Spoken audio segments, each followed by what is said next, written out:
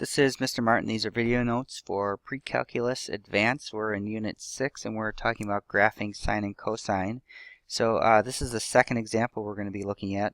I just want to make a change here to the problem. Let's change this to cosine. We'll just rewrite that. So we'll make it negative 5 cosine 1/2 x. Example 1, we graphed a sine, so we'll graph a cosine here. So I'm going to go through this a little bit faster than I did the other one, so make sure you pause as needed and get any questions that you have answered when you see me. So our standard form is y is equal to d plus a cosine bx minus c. So let's figure out what a, b, c, and d are for this problem. So for a, we could see we have negative 5. For b, we have a half. No value for c and no value for d. Right, and we talked about the domain for sine and cosine. It's going to be all real numbers because they'll continue to the left and to the right always. And before I figure out the range, I usually like to figure out my amplitude, which is the absolute value of a.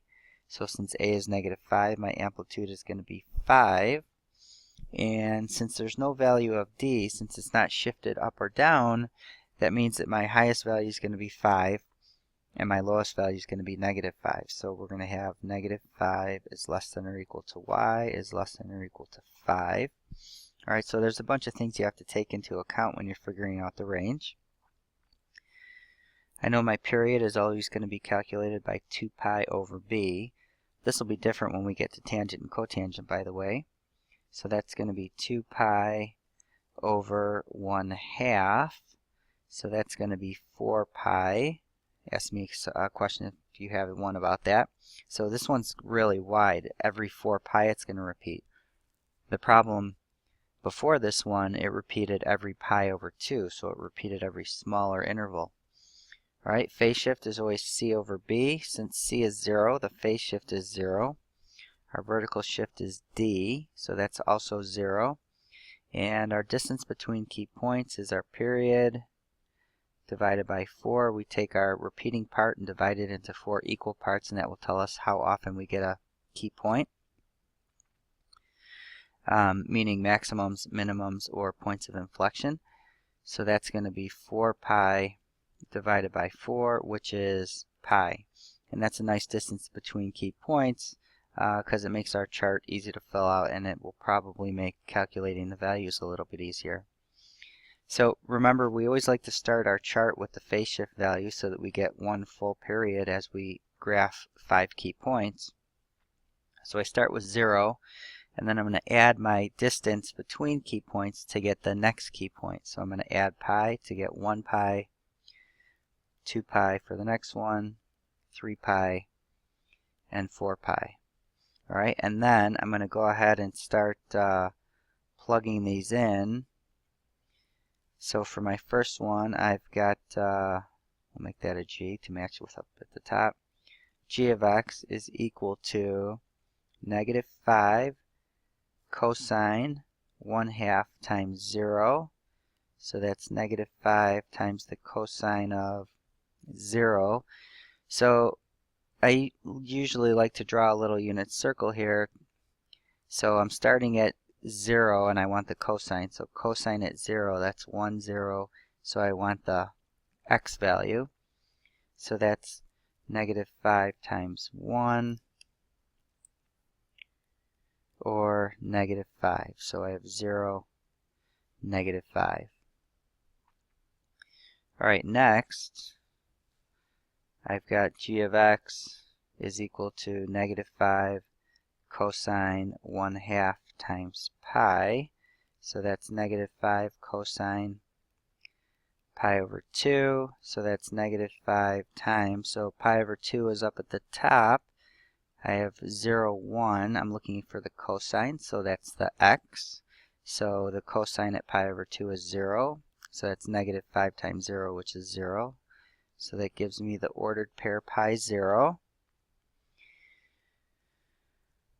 Plugging in our next value of x, I've got negative 5 cosine 1/2 times 2 pi.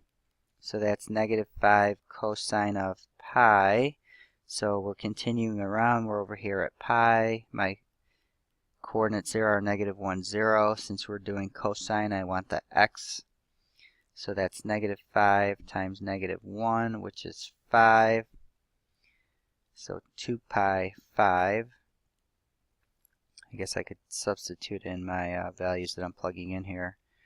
G of 0, G of pi, G of 2 pi, G of 3 pi. So that's -5 cosine 1/2 times 3 pi. So that's -5 cosine 3 pi over 2. You can put that over 1 if you want.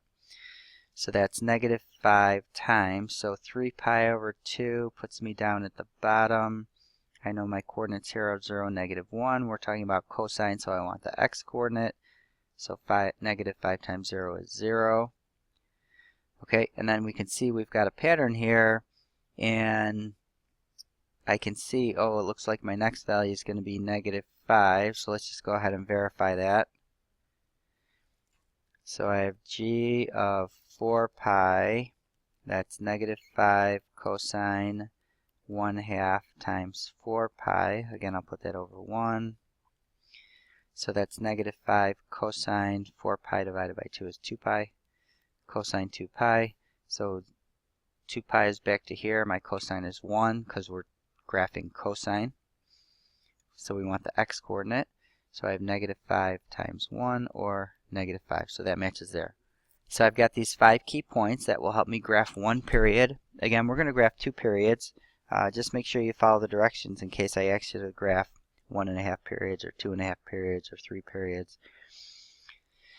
So just so I don't have to keep scrolling up and down, my 5 key points I have here are 0, -5, pi 0, 2 pi 5, 3 pi 0, and 4 pi -5. So we'll graph those 5 points and see what we've got here.